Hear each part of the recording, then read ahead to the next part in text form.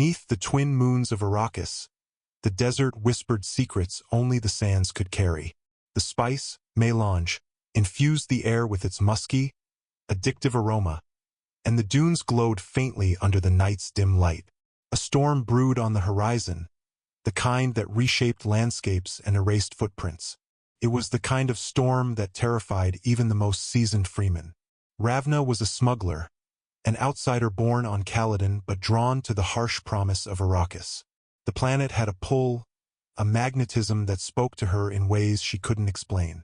She didn't come for the spice, not initially. She came for the stories, for the whispers of a desert alive with its own will. The freeman called it Shai-Hulud, the great sandworms that ruled the deep desert. Ravna had never seen one, though she had heard their distant rumblings. The stories said they were gods, protectors of the spice, and embodiments of the desert's wrath. For Ravna, they were more than legends. They were the key to understanding the strange dreams that plagued her since she set foot on Arrakis. Her latest haul was a risk even by her standards. A crate of unrefined spice stolen from an abandoned imperial depot. It was enough to make her rich beyond her wildest dreams, but also enough to get her killed if the Harkonnens or Sardaukar found her. Yet the spice wasn't what drew her into the desert that night. It was a voice, soft, insistent, calling her deeper into the dunes. The voice began as a whisper weeks ago, invading her dreams with cryptic images of shifting sands, glowing blue eyes, and a shadowy figure standing atop a dune. It wasn't the spice-induced hallucinations she'd been warned about. This was something else, something older. The voice wasn't urging her to run or hide. It was guiding her, pulling her towards something vast and ancient. Her thopter hummed low as she flew over the open desert, the winds battering the craft.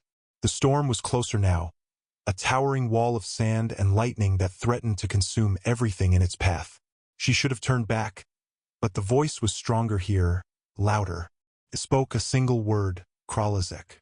Ravna had heard the term once before, in a drunken conversation with a freeman guide.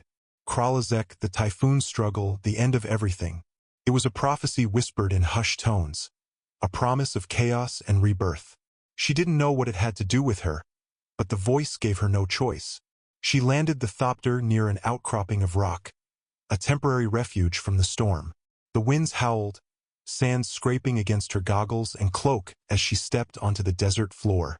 She scanned the horizon, her heart pounding with a mix of fear and anticipation. Then she saw it, a figure standing atop a distant dune, silhouetted against the storm. Couldn't be real. No one survived in the open desert during a storm like this. Yet, the figure stood tall and unmoving, as though defying the storm's fury. Ravna hesitated, her instincts screaming at her to retreat. But the voice was insistent now, almost pleading. As she climbed the dune, the winds seemed to part around her, the storm's wrath lessening with each step. When she reached the crest, the figure turned to face her. It was a woman, her face obscured by a freeman's still-suit hood. Her eyes glowed with the unmistakable blue of spice saturation. But there was something more, an intensity that pierced through Ravna's soul. "You've come," the woman said, her voice calm despite the storm. "I wasn't sure you would." "Who are you?" Ravna asked, her voice barely audible over the wind. The woman didn't answer immediately. Instead, she gestured to the horizon, where the storm raged with unnatural ferocity. "Do you know what lies at the heart of a sandstorm?" Ravna shook her head, unsure if this was a test or a trap. "Truth," the woman said. "The storm strips away everything false, leaving only what is real. That is why you're here, isn't it? To find the truth." "I don't even know what I'm looking for," Ravna admitted. The woman smiled, a fleeting expression that carried both sorrow and understanding. "You've felt it, haven't you? The desert's pull, the whispers in the wind. You are not like the others who come here for spice or power. You are seeking something deeper." Ravna didn't respond. She couldn't. The woman's words resonated with a part of her she hadn't dared to acknowledge. The woman extended her hand. "Come. There's something you need to see." They descended the dune together, moving with a grace that defied the storm. The woman led Ravna to a cavern hidden beneath the sands, its entrance barely visible. Inside, the air was cool and still, the walls lined with strange markings that seemed to pulse with a faint, internal light. "What is this place?" Ravna asked, her voice echoing in the vast chamber. "An old memory," the woman replied. "A piece of the desert's past, forgotten by all but a few." As they ventured deeper, Ravna felt the air grow thicker, heavy with the scent of spice. The markings on the walls began to shift, forming images that danced and shimmered like mirages. She saw visions of a great war, of armies clashing amidst the dunes. She saw the sandworms, massive and majestic, their bodies coiling around the combatants as though passing judgment. "This is the story of Arrakis," the woman said, her voice reverent. "The desert is alive, Ravna. It remembers everything, every triumph, every betrayal. And it has chosen you." "Chosen me for what?" Ravna demanded, the weight of the revelation threatening to crush her. "To be its voice," the woman said simply. "The storm you saw, the word you heard, it's all part of the same truth. Kralazek is coming, and the desert needs someone to speak for it." Ravna shook her head, backing away. "No, I'm just a smuggler. I don't belong here." The woman stepped closer, her glowing eyes locking onto Ravna's. "You've always belonged here. The desert called you long before you arrived. You felt it, haven't you? The connection, the pull. You were meant to be here." Before Ravna could respond, the ground beneath them trembled. A deep, resonant rumble echoed through the cavern, growing louder with each passing second. "Sci-Fi-HiTales," the woman whispered, a mixture of awe and fear in her voice. The sand beneath their feet began to shift, and Ravna realized what was happening. A sandworm was approaching, its massive body burrowing through the desert floor. She felt the vibrations in her chest, the sheer power of the creature making her knees weak. "Do not fear," the woman said. "It comes for you. For me." Ravna's voice was a panicked whisper. The sandworm burst through the cavern floor, its enormous maw lined with countless crystalline teeth. It loomed over them, a living mountain of sand and flesh. Ravna froze, every instinct telling her to run, but the woman stood her ground. The sandworm lowered its head, and the woman placed a hand on its rough, armored skin. She turned to Ravna, her expression serene. "It recognizes you. Go to it." Ravna hesitated, her mind racing, but the voice in her head was louder now, more insistent.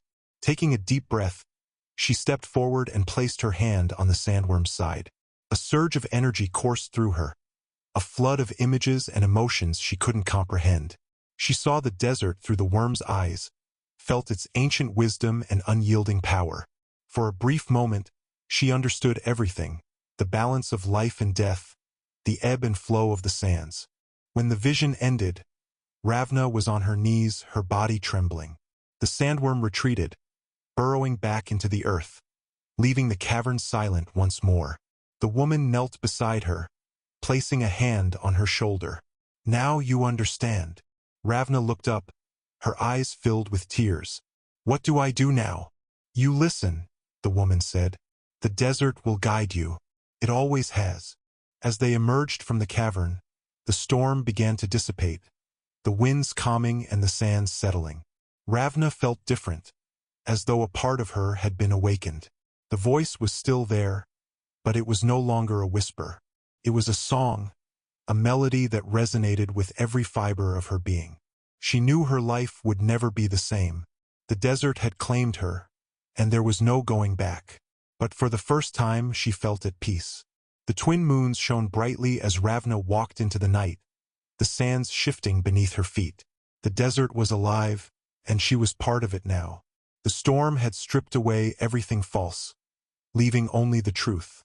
And the truth was beautiful. As Ravna walked further into the dunes, the whispers of the desert grew clearer, no longer fragmented but forming a coherent stream of thought. The desert wasn't just alive. It was aware, and it had a purpose. It had waited for someone like her, someone who could hear its voice and understand its will.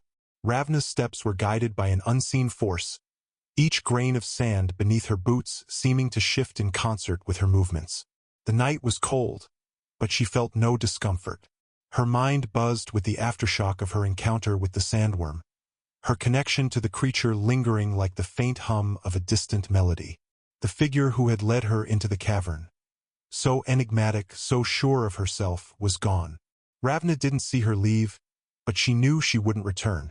Whatever role the woman had played in the desert's plan, it was now Ravna's turn to take up the mantle. As dawn broke over the horizon, the first rays of sunlight turned the sands into a sea of gold. The beauty was fleeting. Ravna knew the heat would soon become merciless. She wrapped her cloak tightly around her, the still suit beneath it doing its job of preserving her body's moisture. The freemen were geniuses of survival, she thought, and now their ways were beginning to make sense to her in a way they hadn't before. The horizon blurred with the shimmer of heat, but something caught her eye, a structure rising from the sands. At first, she thought it was a mirage, but as she approached, it solidified into a massive edifice carved from stone. Its surface was weathered by centuries of sand and wind, but its angular lines and intricate carvings remained intact. It was a siege, but unlike any she had seen or heard of. This one was ancient, its design more elaborate than the functional, concealed dwellings of the freemen she had encountered. The carvings depicted scenes of life and death, of humans and sandworms coexisting in a delicate balance. At the entrance stood a solitary figure, their features obscured by the shadows cast by the rising sun. As Ravna approached, the figure stepped forward, revealing a man with the same glowing blue eyes as the woman she had met before. His face was lined with age, but his posture radiated strength. "You've come," he said, his voice deep and resonant. "Who are you?" Ravna asked, her hand instinctively resting on the hilt of her knife. "Names are unimportant," the man replied, "but you may call me Karath. I am the keeper of this place, the last of its kind. And you are the one the desert has chosen." Ravna's fingers tightened around the hilt of her blade. "The desert keeps saying that, but no one will tell me why." Karath smiled faintly. "The desert does not explain itself. It reveals truths when the time is right. You are here because you carry something within you, a connection to the sands, to the spice, to the life beneath the surface. The desert speaks to few, and fewer still can answer its call. But you are different." "Different how?" "You've touched the soul of Shai-Hulud," Karath said, his tone reverent, "and it has touched yours in return. That is no small thing." Ravna felt a shiver run down her spine. The memory of the sandworm surged back to her, its immense presence and ancient wisdom still vivid in her mind. Karath stepped aside, gesturing for her to enter the siege. "Come. There is much you need to see, and time is short." She hesitated but followed him inside. The air within the siege was cool and faintly scented with spice. The walls glimmered faintly, as though the stone itself was infused with melange. The chambers were vast, their ceilings disappearing into darkness. Ravna couldn't help but feel dwarfed by the scale of the place. "This was once a place of learning," Karath said, his voice echoing in the cavernous hall. "Before the freemen, before the Imperium, there were those who understood the desert's true nature. They built this place to preserve their knowledge, to ensure that the balance would not be broken." "What balance?" Karath turned to her, his expression grave. "The balance between life and death, between the spice and the sands, between humanity and the desert itself. Arrakis is not just a planet. It is a crucible. It shapes those who live upon it, testing their strength, their will, their very souls. The spice is its gift, but it is also its curse. Those who take too much, who disrupt the natural order, bring destruction upon themselves." Ravna nodded slowly, beginning to understand. The Imperium, the Harkonnens, the smugglers, they all sought the spice, but none respected the desert. They saw it as a resource to be exploited, not a living entity to be revered. Karath led her to a central chamber, where a massive stone tablet stood at the heart of the room. The surface of the tablet was covered in intricate carvings, its symbols glowing faintly in the dim light. "This," Karath said, is the Song of the Sands. It is the history of Arrakis, written in a language only the desert understands.